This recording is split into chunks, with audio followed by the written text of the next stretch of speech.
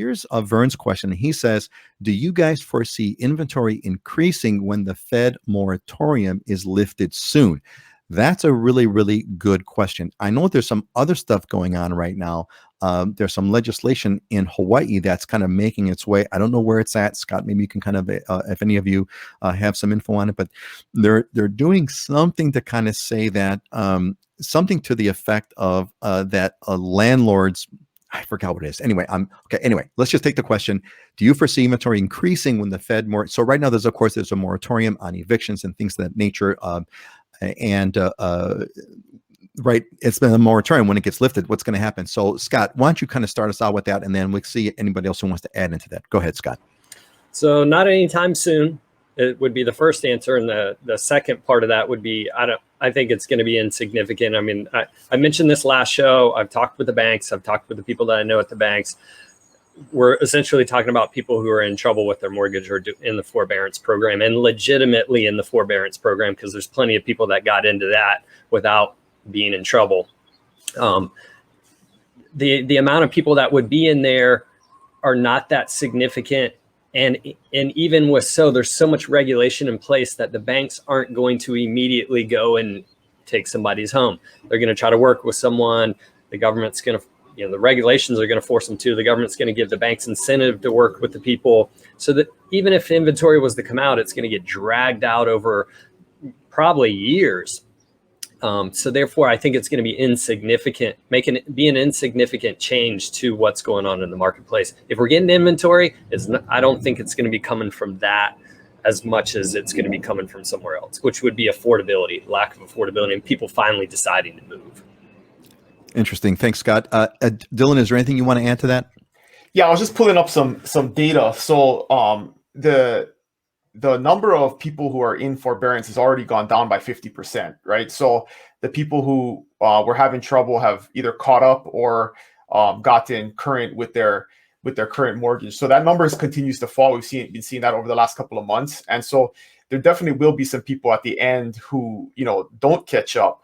But the reality is, if you bought your house in the last 10 years, if you did, if aside from like 2006 to 05 to 07, almost guaranteed, unless you did some crazy refinancing, you have equity in your home. So there will be some increased inventory on the folks that don't necessarily catch up, but it's not going to be through a foreclosure process. Those folks will have equity in their homes, and even though they're behind, it'll most likely be a regular sale where they sell, pay off their mortgage, and then still walk away with some equity. So there won't be a flood of foreclosures like we saw after the last bubble, just because people have equity in their homes. And that was the difference back in the last bubble, was people were buying with zero down. And then when the market dipped, people were underwater, and it was a very different dynamic. So at this point, you've had a lot of appreciation. If you bought in the last 5 to 10 years, you definitely have a significant amount of equity in your home right now.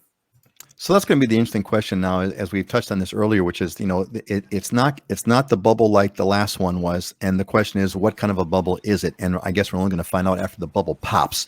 Heidi, is there anything you'd like to add to this about the inventory, the moratoriums, anything that you're catching? You mentioned that law about rentals, et cetera. Is there anything that you want to add to this? I don't see a big flood of inventory to the market, but more inventory would be great. We need more inventory right now to return to a more balanced market, so that could be positive.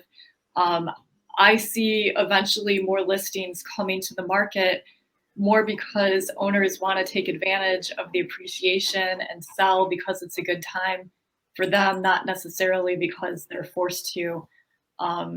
Unfortunately, I think it is going to be a difficult time for renters if their leases are not renewed and they're looking for new rentals. The rental market's always pretty tight on Maui, and it's really very limited right now.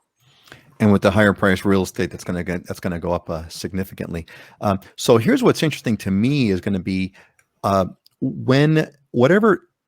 I guess the question that comes to my mind is, with the prices going so high, you would think that would bring more inventory on the market, like you said, Heidi, right? So there'd be more people who'd want to sell their home. And so why aren't they selling it? Either they can't, or they're waiting, or they don't want to. I don't know what's gonna crack it loose. Scott, do you have any idea kind of what's gonna crack this thing loose? And I crack it loose. I mean, I think it's a combination of all those things you were saying. I think there's a real element that I know people staying in their house right now, and I think this is due to COVID. We all got stuck in place, or we stayed in place, and there's this kind of resistance to moving now. There's also the other element of where the heck do I go? If I sell here and this is my primary residence and I need to buy another place, great on the sell side. Now I got to enter this crazy market. Can I get a home? And there's a little bit of a fear factor there from people who don't want to be left without a property to be able to buy. Oh, that's a really, really good point, right? Because I'm trying to put myself in their shoes, and that's a really good. It's like, yeah, okay, we could sell the house now and get whatever, get more than we've ever gotten for it. But then what?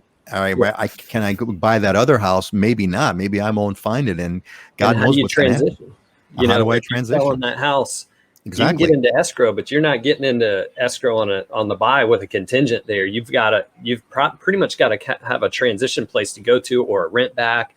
There's got to be some creative stuff that you got to do to make You've got to jump out. You've got to jump out of the market basically, and hope you can kind of jump back into it and find something that you like. And that's too much of a risk. So I'm going to hold it, and that's that.